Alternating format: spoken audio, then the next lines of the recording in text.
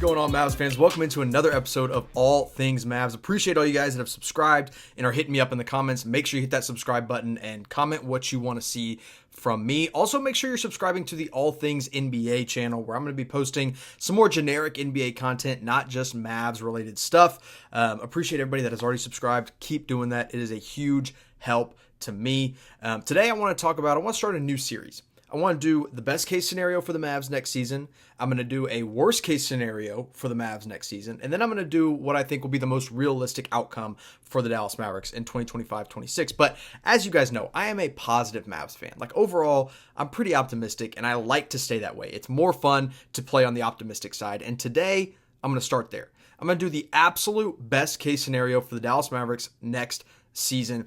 And I'm not going to go like completely like over the top, like, okay, Anthony Davis is MVP favorite and Kyrie Irving is like runner up and Cooper Flagg wins rookie of the year and is, a defensive player of the year. I'm not going to do anything that crazy. I am going to talk about some things that have to happen. So I'm going to hit 3 points. We're going to talk about health and specific players that need to be healthy. We're going to talk about Kyrie. I'm going to talk about Cooper Flagg. And then if all three of these things happen that I'm about to talk about, I'll give you my best case scenario outcome for the Mavs by the end of next season. And let's start with health, because this whole season, the Dallas Mavericks team in general really revolves around the health of their players, and specifically the health of the front court. And even more specifically, the health of Anthony Davis, because as we know, Anthony Davis historically has not been a healthy player.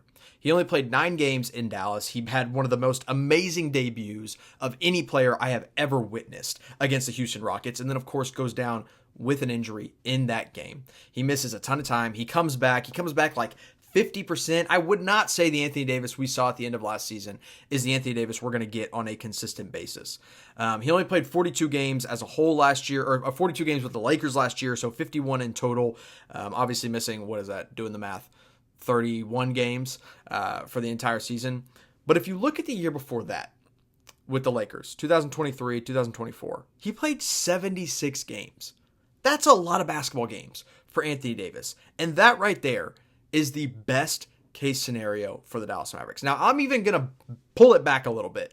I'm going to say 65 games is like, whoa, we're getting peak Anthony Davis. Just give me 65 games. And I think that is one of the best case scenarios. Obviously, best case, like in a dream world, is 82 games. But let's say you just get 65 games. Now, how many times has he actually played 65 games or more? You look back, 2013, 2014, he played 67 games. 2014, 2015, he played 68 games. 2016, 17 played 75 games. 2017, 18 played 75 games. And then, there's COVID years mixed in there. Like he played 62 games in 2020. And then, he played 76 games 2 years ago. But other than that, he has not played above 65 games much in his career. But that's really not, you look at that and you're like, okay, well, he's not as injury prone, I think, as people like to say. He just misses a lot of time with a lot of random injuries, and it really hurts. But when healthy, Anthony Davis is a top 5 player in the NBA. Like, in terms of affecting both ends of the floor, there are only 2 other guys that I think you can argue make more of an impact on both sides of the basketball. Giannis Antetokounmpo and Victor Wembanyama. Other than that, I think Anthony Davis is the most impactful player on both ends of the floor in the NBA. I really do. If you combine offense and defense, he is right there with Giannis and Wemby. You can maybe make the argument for Kawhi Leonard when he's healthy, but Kawhi's just not the same as he once was. But Anthony Davis is a special player. And if you tell me we get 65 games of Anthony Davis next season, I see no reason why the Dallas Mavericks can't be a top 4 team in the Western Conference. And I'll get there. I'm going to slow down. I'm not going to go all the way there yet, but 65 games out of Anthony Davis would be huge. And a reason I think that could actually happen is because he's going back to playing the power forward position. And when he plays the power forward position, he's not banging up against these bigger bodies, and he's getting to be kind of the roaming big man, and he doesn't have to go, bang in the post all the time. That's going to save a lot of minutes and a lot of injuries and a lot of bumps and bruises throughout the season. And not only that, but he's also going to have some depth on this team that he hasn't had a lot. Like, he's had to play, like, look at his minutes per game. Like, 36 minutes, 37, 5.5, 36, 36, 33, 34. Then he finally kind of backed it down to 34, 32 with the Lakers. But then the last 3 seasons, he played 35 minutes, 34 minutes, 35.5 minutes. Like, that's a lot of minutes to put on a 32-year-old Anthony Davis. And with this Mavericks team, we have the depth to where he doesn't have to play 35 plus minutes a night. if healthy. If we have a healthy PJ Washington, healthy Dereck Lively, healthy Daniel Gafford, he doesn't have to play 35 minutes a night. And that's huge. And again, at the end of last year and into the play-in, like we got, I don't know, 50% Anthony Davis, I think is what I would comfortably call it. I wouldn't call it more than 50%. Maybe 70%, like at a high end. And he was still putting up 34 points, 27 points, 23 points, 5 blocks, 7 blocks, 2 blocks, 15 rebounds, 11 rebounds, 13 rebounds, 10 assists. He had a triple-double in a game. Almost a quadruple-double. If he would have had 3 more blocks, he would have had a quadruple-double against the Toronto Raptors. And that all came in like the first half. He played 30 minutes and had 23 points, 13 rebounds, 10 assists, 7 blocked shots. And that is like, again, 50% Anthony Davis. If we can get a healthy AD, and I know it's a big if, but if we get 65 games out of Anthony Davis, best case scenario. Now, the other front court players that health matters a lot is Dereck Lively and Daniel Gafford. As we know, Dereck Lively has proven to be injury prone his first 2 years of his career. I'm not going to call him completely injury prone because it's so early in his career right now. But the first 2 seasons, he's had a lot of bumps and bruises, a lot of injuries. And then last year, the weird, it was a sprained ankle and then it turned into a fractured foot. And he missed a ton of games. And that hurts because that is another guy that is one of the most impactful defenders in the NBA when healthy.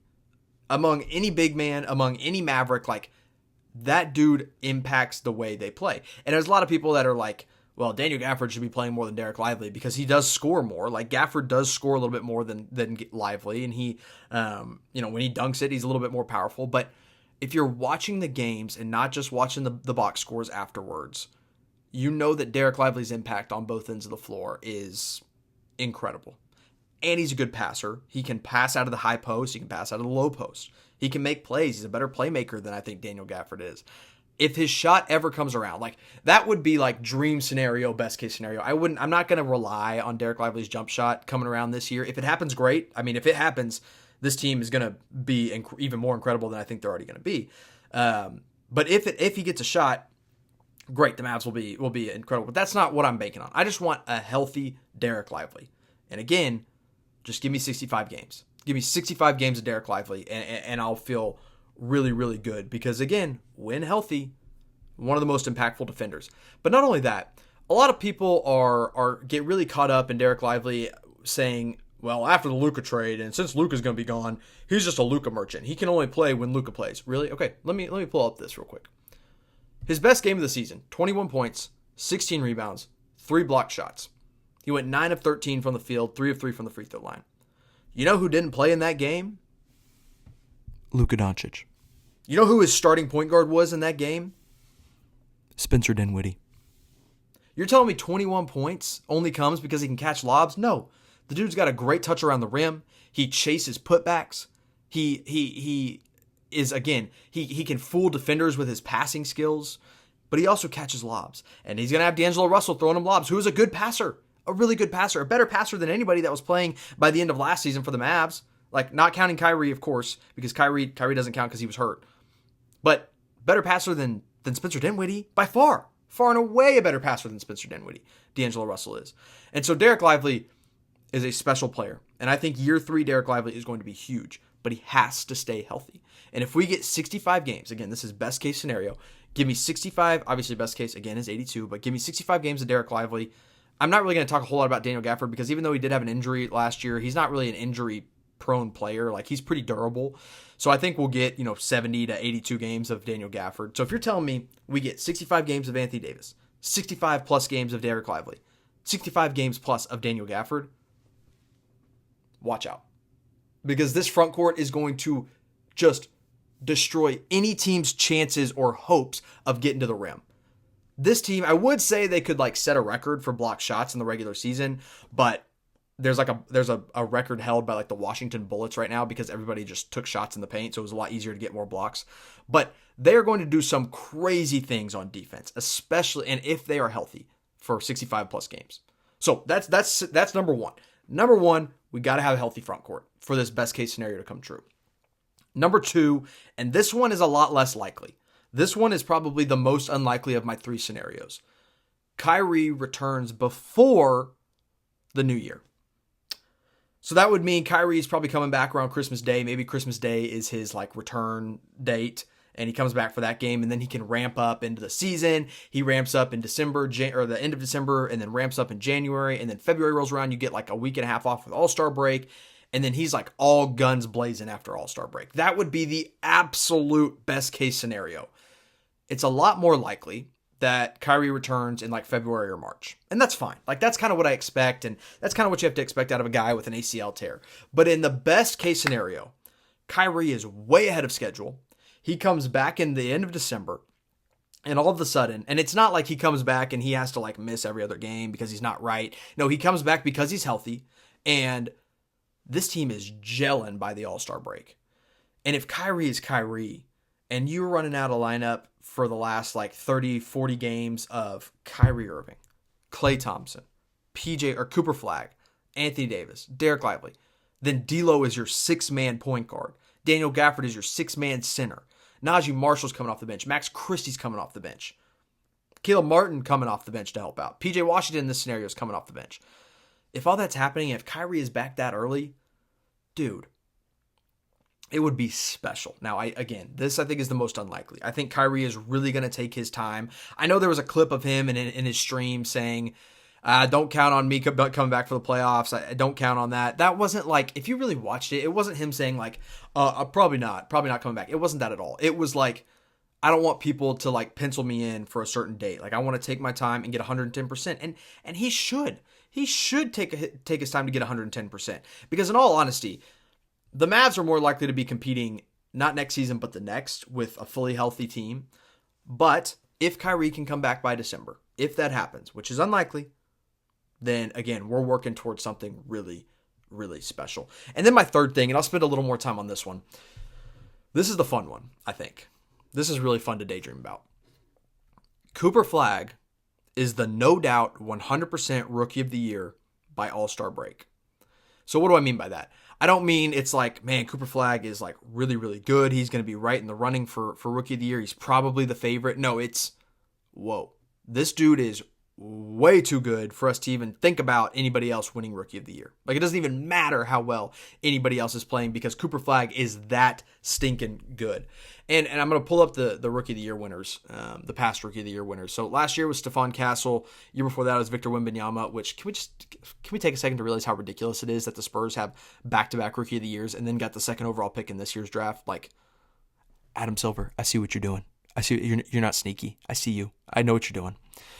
Before that, it was Paolo Banchero, Scotty Barnes, LaMelo Ball, John Morant, Luka Doncic, and then you get into like the Ben Simmons, Malcolm Brogdon years.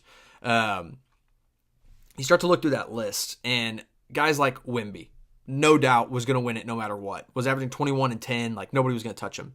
Paolo Banchero was averaging like 20 and 9, nobody was going to touch him. Castle was like a question mark because that wasn't a very good draft class. He was only averaging 14.7 points per game. I thought Jared McCain could have won it if he had played enough games, but he got hurt. Risa Shea had a good year. I ended up liking what he ended up doing. And so those were all guys that like, okay, it was close. But also with guys like Wemby and Paolo, who had it locked up really early, they were playing on bad teams. Like Wemby and Paolo were getting their shots up. Like they were getting to just score as much as they want. Like it didn't matter how involved their teammates were. It was all about them locking up Rookie of the Year, and they did that.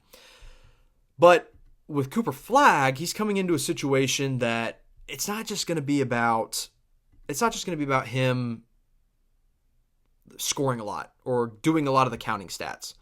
A lot of Cooper Flagg's Rookie of the Year case is going to be, are the Dallas Mavericks winning basketball games? And if the Mavericks are winning basketball games, it's probably because Cooper Flagg is playing really well too. Because they're not just going to win basketball games because Anthony Davis is healthy. They're not just going to win basketball games because D'Angelo Russell looks good. They're not just going to win basketball games because Klay Thompson's a good shooter. Like, they need their number one overall pick to play like a number one overall pick, regardless of how good his teammates are.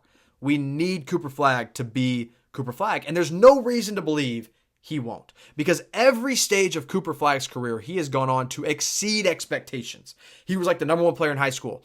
It didn't matter. He was still like, he proved himself to be the number one player. He goes into college and people are like, well, it's kind of close. Like Cooper Flagg could be the number one pick next year, or Dylan Harper or Ace Bailey. Like it's all going to be close. And then Cooper Flagg at 17 years old was like far and away the best player, not just of the draft class, in college basketball. He was only the fourth freshman to ever win the Naismith Player of the Year. Anthony Davis was one. Zion Williamson was one. Kevin Durant was one. I think maybe I'm missing somebody off the top of my head. I'd have to look it up later. Maybe I'm wrong. Let me know in the comments. And then Cooper Flagg. That's pretty darn good company to be in right there. And it's just another reason that you can say, look, this isn't a normal 18-year-old kid.